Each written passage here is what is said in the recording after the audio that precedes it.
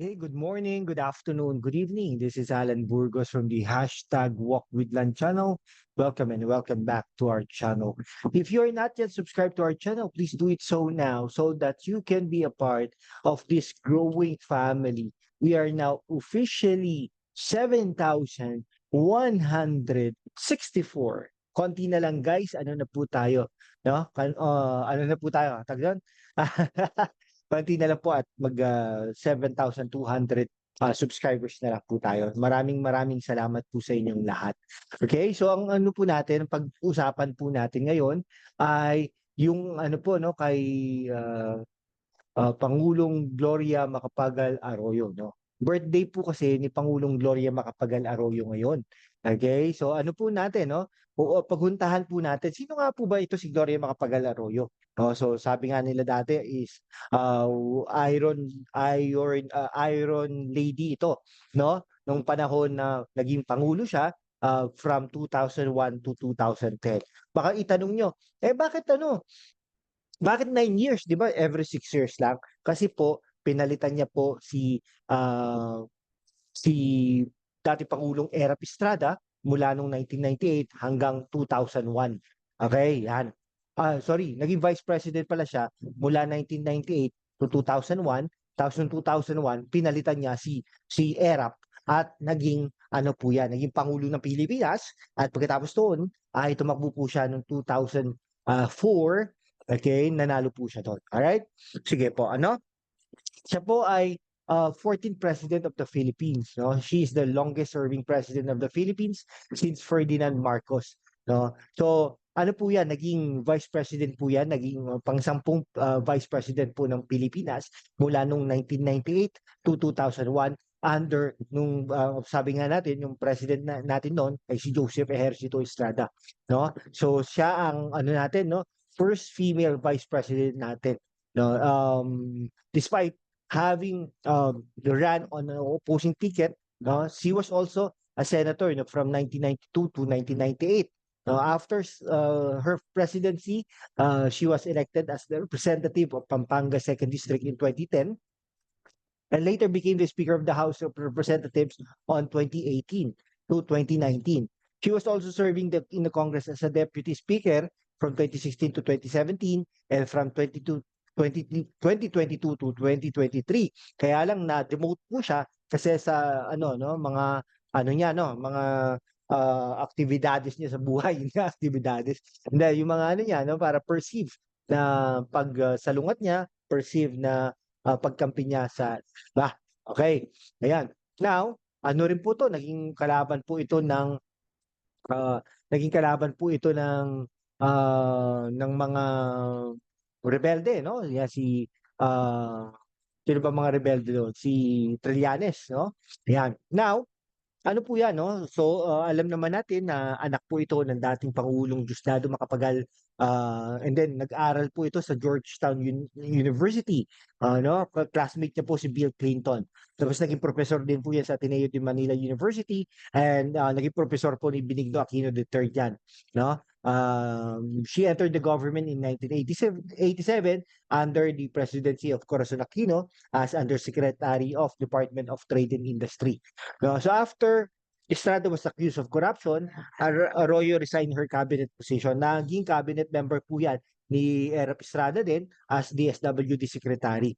Okay, now, okay, so after ang nagpasumpa po sa kanya, si Chief Justice Hilario Davide noong January 20, 2001. Okay? Now, in 2003, nakaharap niya yung mga so-called mutiny dahil nagkaroon ng mga ano no, ng mga controversies, no? Nag-declare siya ng martial law nung ano, nung taon na yon. She was elected to a full 6-year term, the controversial 2004 presidential election.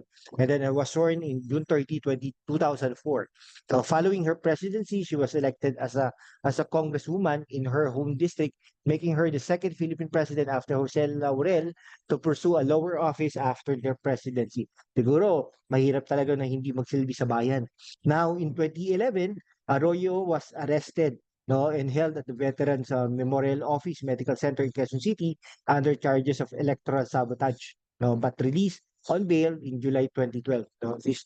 charges were later dropped for lack of evidence.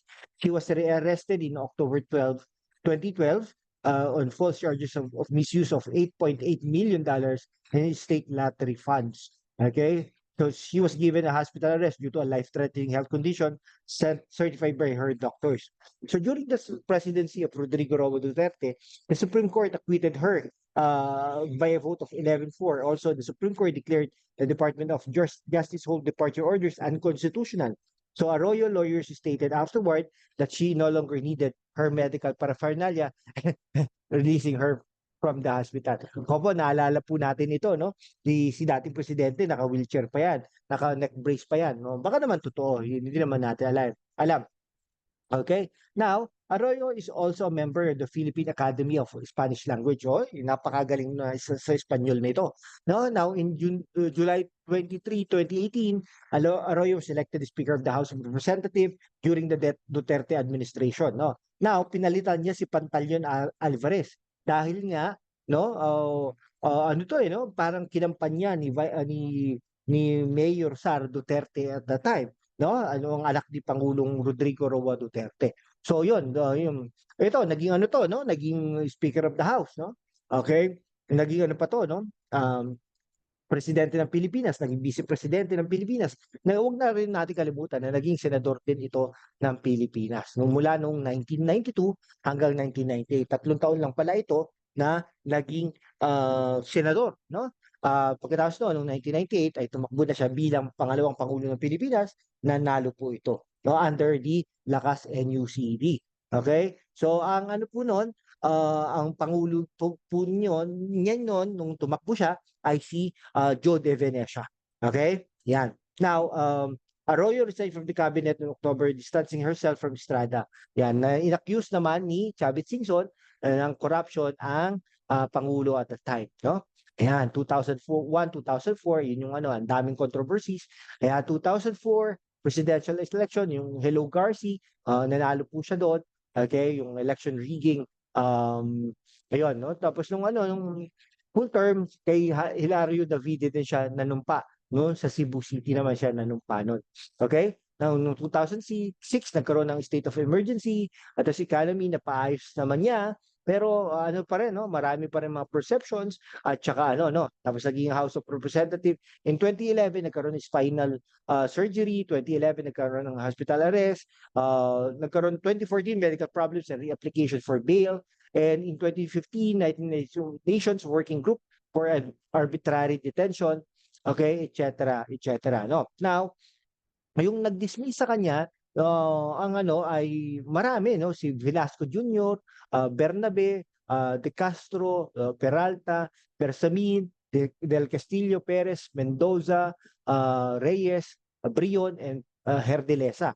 Now, ang hindi naman nag-oppose, no? Si Carpio, Leonen, Kagiwa, and Sereno. Alam naman natin, itong apat na ito ay talagang bata ito ng mga Aquino. No? Now, so speakership, 2018, 2019, sandali lang, nag-political retirement din siya, a little bit, no? Ngayon ay congresswoman siya ng ng Pampanga sa Lubao. At saka lagi po sinasama to dati ni ni Pangulong Bongbong Marcos. Ngunit hindi po hindi po ngayon hindi na po sinasama ngayon, no. Now ito po yung niya, no, net satisfaction ratings niya mula nung naging pangulo siya mula March 2001, no. Mababa po talaga, no, plus 24 lang, no. Yung pinakamataas niya yata plus 30. No, mababa po, no. O yung nag-negative ang average siya ay nag-negative 7. Okay, matalino naman po ito si Gloria Macapagal Arroyo. No, actually, no, sana naman, no, dati Pangulong Gloria Macapagal Arroyo, no, sana naman ay mabigyan mo ng mga bonuses ang mga guro ng Pampanga. Ayan, mga guro ng Pampanga. Okay? At Siyempre naman, ito po, sana may sponsoran nyo ang hashtag #WalkWithLan channel para naman po, no, tuloy-tuloy ang ating pagsisilbi sa bayan. Kabalen. Ha ha ha. Dahil, biro lang po yun ha. Maraming salamat po sa inyo. Okay? Ayan, para sana po may sponsoran nyo ang ating channel, munting channel ha. Okay? Sige po, hanggang dito na lang po mga kaibigan ko. Maraming salamat po sa inyo. Kung hindi ka pa nakapag-subscribe kaibigan, mag-subscribe ka naman para naman we can be able to maintain and sustain this channel. Thank you so much guys. God bless you all.